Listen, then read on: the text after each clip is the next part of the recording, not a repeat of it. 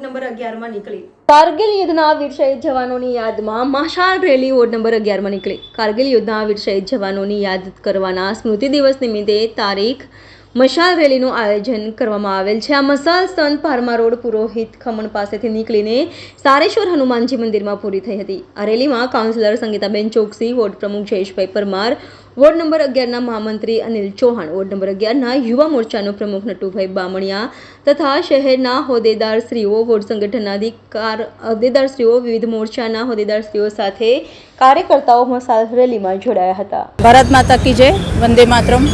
આજ રોજ Bharatiya Janata party ward 11 દ્વારા કારગિલ યુદ્ધના શહીદોના સન્માનમાં જે સ્મૃતિ દિવસ તરીકે અમે મશાલ રેલીનું આયોજન કરેલ છે, જે મારા જ વોર્ડમાં પુરોહિત ખમણ જે છે સન ફાર્મા રોડ ખાતે ત્યાંથી ચાલુ કરીને અમે આગળ સારેશ્વર જે મહાદેવનું મંદિર છે ત્યાં સુધી લઈ જઈશું અને સાથે અમારી સાથે વોર્ડના પ્રમુખ, મહામંત્રી અને સૌ પદાધિકારીઓ અને મહિલા મોરચાની બહેનો અને સૌ ઉપસ્થિત રહ્યા છે।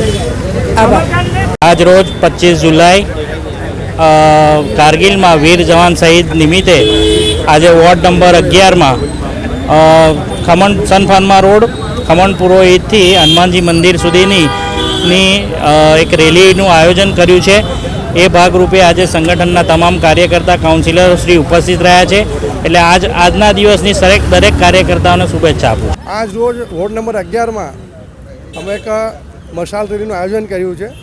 કારગિલના જે જવાનો શહીદ થયા હતા એમની યાદમાં આજે મશાલ રેલીનું કાર્યક્રમ સન ફાર્મા રોડ પર પુરોહિત ખમણથી સારેશ્વર હનુમાન સુધીનો એ કાર્યક્રમ રાખેલ છે।